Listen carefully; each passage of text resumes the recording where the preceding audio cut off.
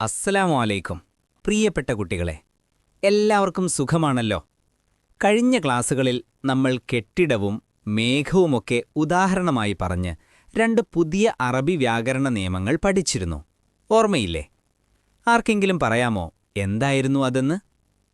അതെ, വാക്യത്തിൽ എവിടെ വന്നാലും അവസാനത്തെ ചിഹ്നത്തിന് മാറ്റം വരാത്ത, കെട്ടിടം പോലെ ഉറച്ചു നിൽക്കുന്ന വാക്കുകളെ നമ്മൾ അൽ മബ്നിയു എന്ന് വിളിച്ചു. എന്നാൽ സാഹചര്യത്തിനനുസരിച്ച് മേഘം പോലെ അവസാനത്തെ ചിഹ്നം മാറിക്കൊണ്ടിരിക്കുന്ന വാക്കുകളെ നമ്മൾ അൽ മുഅറബു എന്നും വിളിച്ചു. ഇന്ന് നമ്മൾ നമ്മുടെ പുസ്തകത്തിലെ 5-ാമത്തെ പേജാണ് പഠിക്കാൻ പോകുന്നത്. ഈ പേജിൽ ഒരുപാട് കാര്യങ്ങളുണ്ട്. അതിനാൽ നമ്മളിത് 2 പിരീഡുകളായാണ് പഠിക്കുന്നത്. ഇന്ന് നമുക്കതിലെ 1-ാമത്തെ ഭാഗം നോക്കാം. എല്ലാവരും പുസ്തകം തുറന്ന് 5-ാമത്തെ പേജിലെ ആ മുകളിലത്തെ ബോക്സിലേക്ക് നോക്കിയേ. അവിടെ ഏറ്റവും മുകളിലായി ഒരു ഹെഡിംഗ് കൊടുത്തിട്ടുണ്ട്. ഉസ്താദ് വായിക്കാം, നിങ്ങൾ വിരൽ വെച്ച് ശ്രദ്ധിക്കണം. നുലാഹിളു അവാഹിറൽ കലിമാത്തിൽ മുലവ്വനത്തി വനഫ്ഹമുൽ ഫർഖ ബൈനൽ മുഅറബി വൽ മബ്നിയു. അർത്ഥം: നിറം നൽകപ്പെട്ട വാക്കുകളുടെ അവസാനത്തെ അക്ഷരങ്ങൾ നമുക്ക് ശ്രദ്ധിക്കാം. എന്നിട്ട് മുഅറബും മബ്നിയും തമ്മിലുള്ള വ്യത്യാസം നമുക്ക് മനസ്സിലാക്കാം. എല്ലാവരും ആ പട്ടികയിലെ 1-ാമത്തെ വരിയിലേക്ക് നോക്കൂ. അവിടെ 3 വാക്യങ്ങളുണ്ട്. അതിൽ നീല നിറത്തിലും പച്ച നിറത്തിലും കൊടുത്ത വാക്കുകൾ പ്രത്യേകം ശ്രദ്ധിക്കണം. വാഹിദ്: ഹാദൽ ബൈത്തു ഹുവൽ കഅബതു.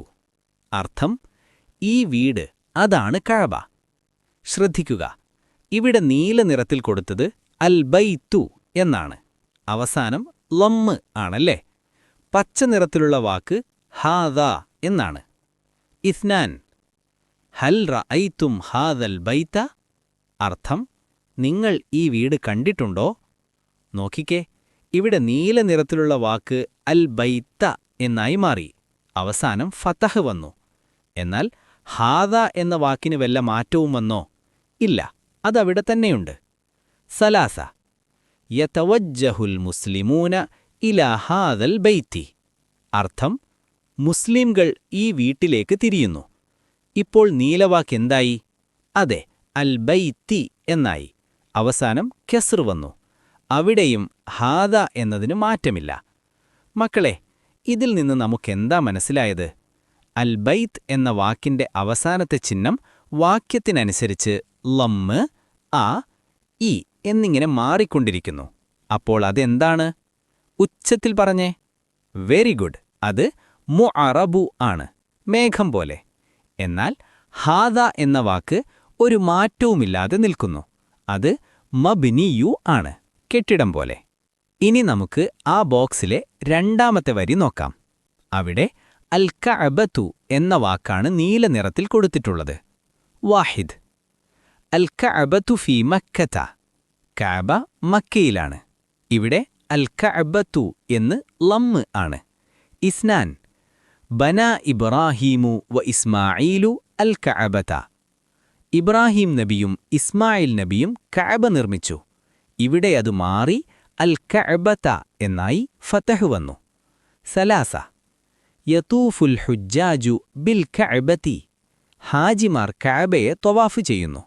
ഇവിടെ മുൻപിലൊരു ബി വന്നപ്പോൾ അത് വീണ്ടും മാറി ബിൽ കഅബതി എന്ന് കെസ്റായി. അപ്പോൾ അൽ കഅബതു എന്ന വാക്കും എന്താണ്? മിടുക്കന്മാർ. അതും മാറ്റം വരുന്നതുകൊണ്ട് മുഅറബു തന്നെയാണ്.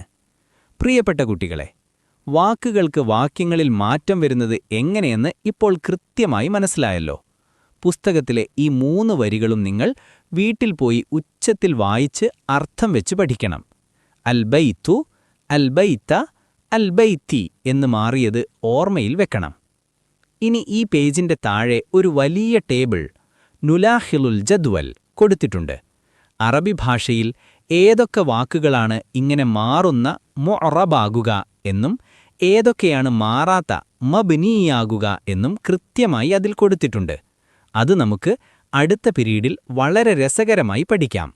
എല്ലാവരും ഉഷാറായിട്ട് പഠിക്കണം കേട്ടോ. അസ്സലാമു അലൈക്കും.